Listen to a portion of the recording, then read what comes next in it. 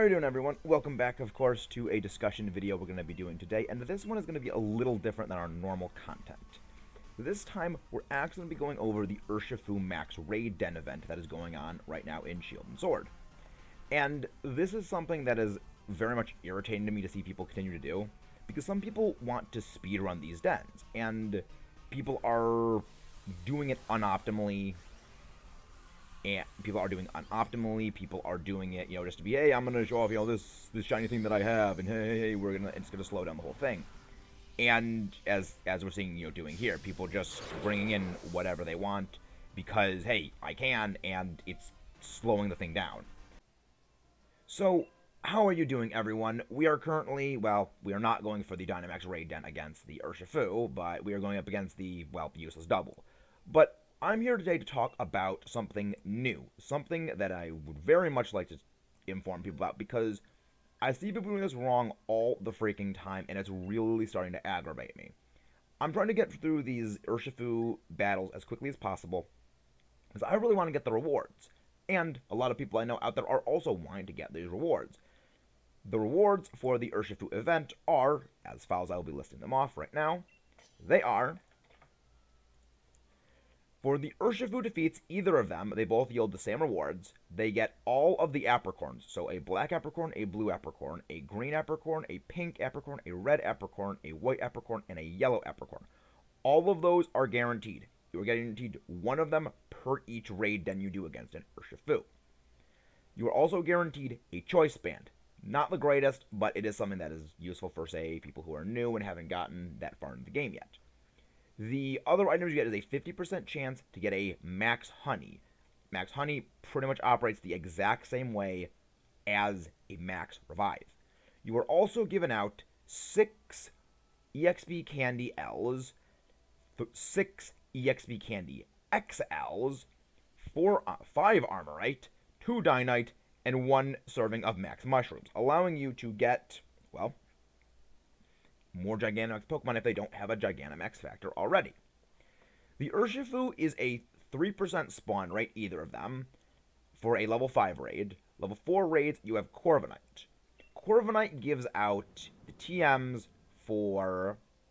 gives out 3 normal type TMs, has an 80% chance of a Qualot Berry, 80% chance of a Citrus Berry, 35% chance of a Balm Mushroom, 35% chance of a Big Mushroom, 35% chance of a Tiny Mushroom, 25% chance of a Rare Candy, 2% chance of a Bottle Cap, guaranteed 3 large EXP Candies, and 1 serving of Armorite, 1 serving of Dynite, and 1 Dynamax Candy.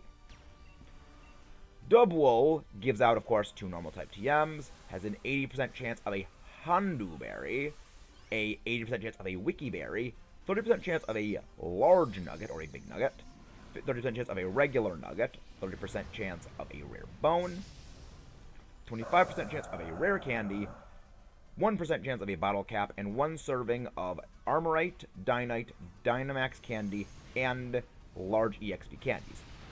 Chewdle, for people who are new to the game, as well as the Blipbug for Phase 1, gives 2 water-type TMs for the Chewdle, 25% chance of a Big Pearl, 25% chance of a regular Pearl, 25% chance of a rare candy, 1 serving of Armorite, Dynite, and a Dynamax Candy. The Blipbug has an 80% chance of an Ayapa Berry, 80% chance of the Pomeg Berry, 25% chance of a rare candy, 20% chance of a Balm Mushroom, Big Mushroom, and Tiny Mushroom, and a serving of Dynite, Armorite, and Dynamax Candy. These are all very, very good rewards. And while, yes, many people will not likely see those, these things are great rewards, they are generally meant for competitive play. However, they are also good for people just playing normally. I certainly know I'm a very large collector of the apricorns. I love them. I want to get all of the apricorn balls, and just as a aside, after this Dynamax raid finishes, I will show how many apricorns I've actually gone and collected, because I periodically just sit in front of the Cram-O-Matic while editing videos and they're outporting, just going through Cram-O-Matics to, try and get apricorn balls. I am a Pokeball styler, so I do enjoy having my Pokeball in thematically appropriate ones. And yeah, I like to stock up on apricorns just because I want to have them. The EXP candy is also fantastic, as I do raise a lot of competitive Pokemon, and having the EXP candy and just the rare candies are honestly wonderful to get more of. I burned through an entire supply of them preparing my most recent competitive teams. As always, I will prefer to go to the Urshifu Dark. Urshifu Dark, as I mentioned, we'll mention a bit more later, is the better one to go targeting if you can, but Urshifu Rapid Strike is not terrible. Again, as I'm going to be going into a little bit later, we are seeing again people not bringing optimal layouts. We are seeing people bring their, Waifumon or just showing off shinies they have. This is going to slow things down on the, quest to get all the Dino Ore possible. And especially for someone like me, I am path resetting, of course, currently for my shiny Heatran, and I need Dynite. So I want to go through things as quickly as possible. Which is why in this video, we're going to be going through the fastest time to win against Urshifu. Ideally, you're going to want to go to Urshifu Dark. However, Rapid Strike Urshifu is quite easy to beat in itself. The same idea is played, and as I said, shiny people, they're just flexing their shinies. So hopefully by the end of this video, we can help curb that and not have people just being shiny spammers. So, on to the facts. Fights. I did that just because I actually don't have any special fighting type attackers prepared for, of course, Dynamax raids. Because when it comes to fighting types, your physical fighting types are always your better options in terms of their attacking power. And you're using Max Knuckle, which boosts the physical attack power. You don't need special fighting types realistically in most cases. It's just Double is the one case.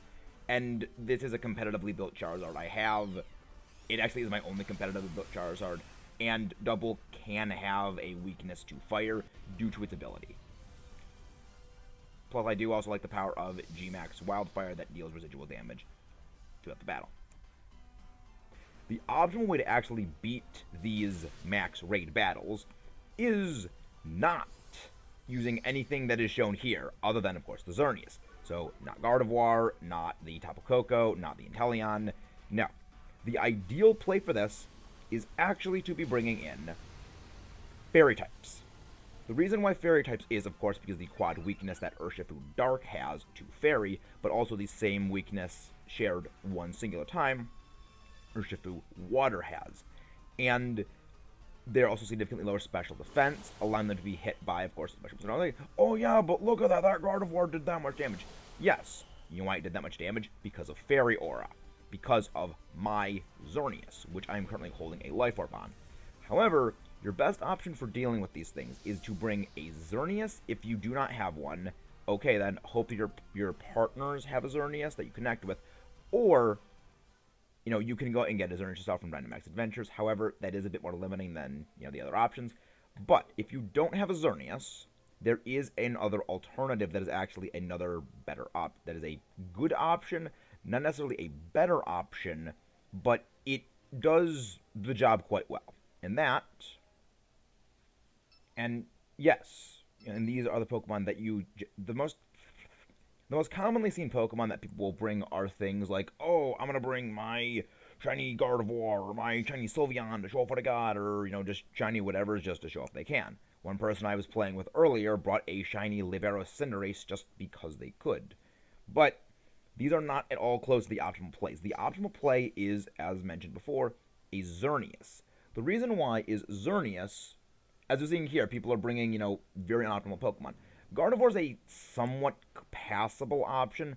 However, it is not the best. The best option and the superior option, if you do not have access to a Xerneas, is a Tapu Lele. Yes, looking at the stats, of course, Tapu Lele compared to a Gardevoir, they're rather similar in terms of distribution and shape, but the reason why it is that Tapu Lele is better is it is significantly faster, and it does at least have a little bit higher special attack. Yes, not much, but it is still a superior option.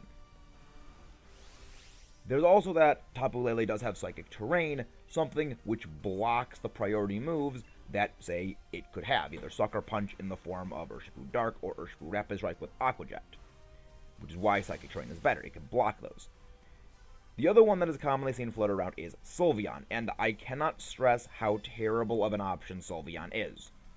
Yes, well, it's got Pixelate. It boosts the power of fairy moves. Yes, it does turn everything into a fairy type move, that is a normal type move, and it does boost its power by 20%. Yes, and while also all of those are being juiced up by the power of Xerneas' Fairy Aura, as Xerneas' Fairy Aura does pervade everything. It is still significantly slower. In fact, Urshifu is likely able to outspeed it, unless it is significantly speed invested, meaning it's not going to have as much attacking power for special attacks.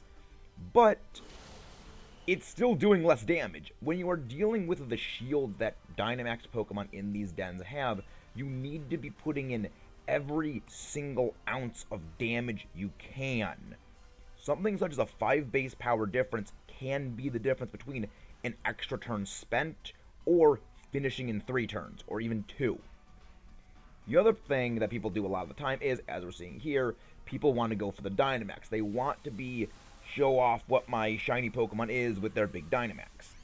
Again, this slows things down. Look how long the Dynamax cutscene is. We are going to time this. We'll show how long it takes for this cutscene to play out, and how long it takes for the attack to go off, relative to a regular move going off, which is probably not even 5 to 10 seconds. Hey, look at that. That is a regular move going off. It just wastes time. And this can dramatically slow down the rate of doing these Dynamax raid dens. Yes, Fairy Aura, a little bit of explanation on it. The reason why you want Xerneas is that Xerneas has Fairy Aura. This boosts the power of its own fairy moves, as well as the fairy moves of everything else being used on the field by approximately 33%. That is essentially a life orb for free. Then you have things, such as the other Pokemon stats going into their moves. This means, for example, you have a Tapu Lele using Moonblast. You have the boost from Moonblast, of course, with an attack bonus on top of the Fairy Aura bonus. If you give your Pokemon, say, a Choice Specs, which is the optimal item to give them for even more special damage, you'll be doing Choice Specs boost times the boost from same attack bonus, times the boost from Fairy Aura, times if you're targeting a regular Urshifu Rapid Strike, it'll be a ×2 boost for, of course, super effective, and if you're going against Urshifu Dark, it'll be a ×4 multiplier for the quad weakness. Having that can go through these Pokemon in a matter of turns. Look how much damage we have gone through on this Urshifu already. This is Urshifu Rapid Strike, and this is with, well, 2 unoptimal Pokemon and targeting the physical stats. And I'm also not holding a Choice Specs on my Xerneas. It is a Life Orb in this case, due to my Choice Specs being used on a competitive team. So I am having to make do with this, otherwise it would screw up all my teams. But I can go grab that and change it over quickly. But yes, the optimal play you should be doing is a Xerneas with a team of 3 Tapu Lele. Yes, if you don't have Tapu Lele, yes, Gardevoir is serviceable, but it is still better to go with Tapu Lele, as it is the naturally better pick. The other thing is, don't Dynamax. Dynamax wastes a lot of time, and it really is unnecessary. It consumes probably a minute of battle time, and when you're trying to churn out these battles as quickly as possible, you really don't need to be sitting there waiting for all these animation frames to go through. Instead, you shorten that time by about a minute for Dynamax times. If say it takes 5 minutes to do a raid and move to the next one, okay, well now you can trim that down to 4 minutes. And every second saved is another Dynamax raid done. So, all things considered, it's better to just not Dynamax, because yes, it's people having a big head about themselves and wanting to Dynamax, and in some cases it's also people just not realizing, well, it's actually better to not Dynamax, as, well, it goes through 2 shields, yes, but if you're doing a 4 times weakness against a quite low special defense, you can go through them pretty quick.